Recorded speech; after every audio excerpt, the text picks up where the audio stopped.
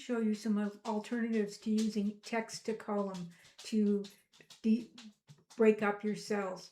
So in B3, I have John Smith. And if we were using text to column, we'd go to data and we would go text to column. And then we would go through the steps and say it's delimited. And then next, what we do is we'd say space. And then you have John and Smith. And so then you go finish. And then you have John Smith in two lines or two columns. Now, the problem with this is done. There's nothing you can do with it now. And your original cell is being broken up. So there's no use there's no way that you could go back on it.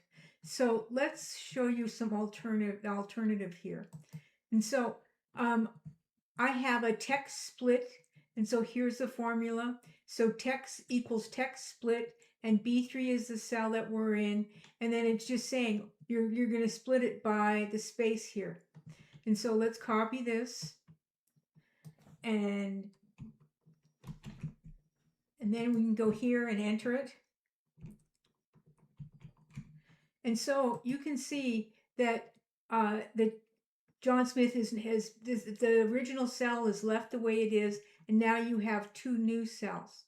Now, if you had misheard the gentleman and it was supposed to be Smith's son, you now have the opportunity to change it and it will update. It will update as to what the original data is. Okay, so now you have apples, oranges, and bananas here. And so once again, we're going to go to data and we're going to go to text split or text to columns, and we're going to say delimited, and we're going to say we're going to take that off and we're going to put the comma on there, and then we're going to go finished. And once again, your original has been broken up, and now you have two additional columns. Now, what if we didn't want them to be like that? Maybe we want them to be in rows or in rows instead of in new columns. So let's go undo in here. And then I'm going to do equals text split. Now, the first argument is the columns and the second argument is the rows. So we're not going to do anything with the columns. We're going to add rows because we've put it in the second one. So let's go here and we're going to copy this. And we're going to put it here. And so now we have our apples, oranges, and bananas. So the third one is, so you have apples 10, oranges 5, and bananas 12. Now, you would like them to be, so the apples had the 10 there, and you would like to have these together, but they're broken up. So what we're going to do is we're going to go,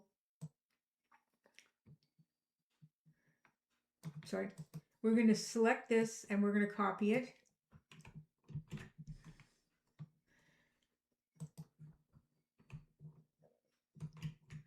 And now we have apples 10, oranges 5, and bananas 12. And that's exactly the way we want it. And so now, what if you have multiple different dividers? So you have commas, you have semicolons, you have forward slash. And so let's use this. And it says, whatever it is, you're going to split it up. And so now let's copy this. And you're going to put it in here. And so that's fine. What I just told you before about rows and columns, let's change this so that we have them listed down. And so what we're going to do is we're going up to the formula bar here. And what we're going to do is we're going to, after it says B15, we have one comma and we're going to put a second comma in there. And now it's going to give us up and down or columns. So now let's go down to the third one here. And this is we have a bunch of commas, but we have empty spaces in between. And so that's the fourth argument. The first argument is column. The second argument is true or false. So let's try this. So we have John Smith with a bunch of commas in between, and we're going to go Control C, and we're going to put it here.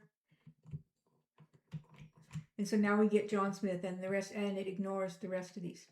So along this lines, let's look at the text before and text after. Okay, so here I have Excel VBA formula tutorial. So let's go text before. And so we want the text before the first dash. So let's go in here and we'll copy it.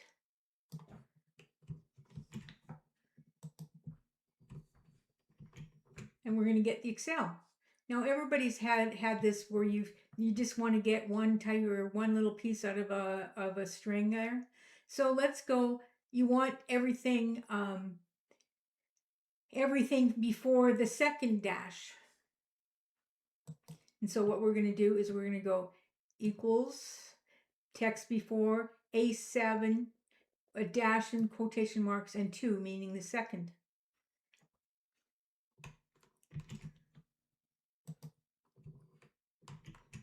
So you get, this is the first dash, this is the second dash, so you want everything before it, and there you go.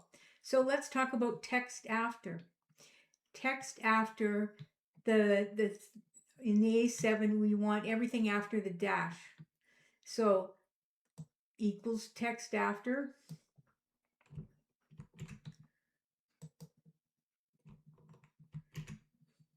So we've got everything after the dash VBA formula tutorial.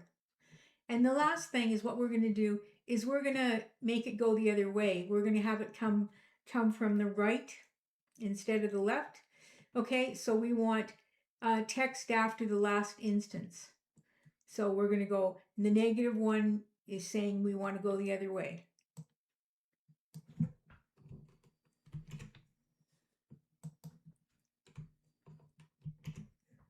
Excellent. There we go. We have everything.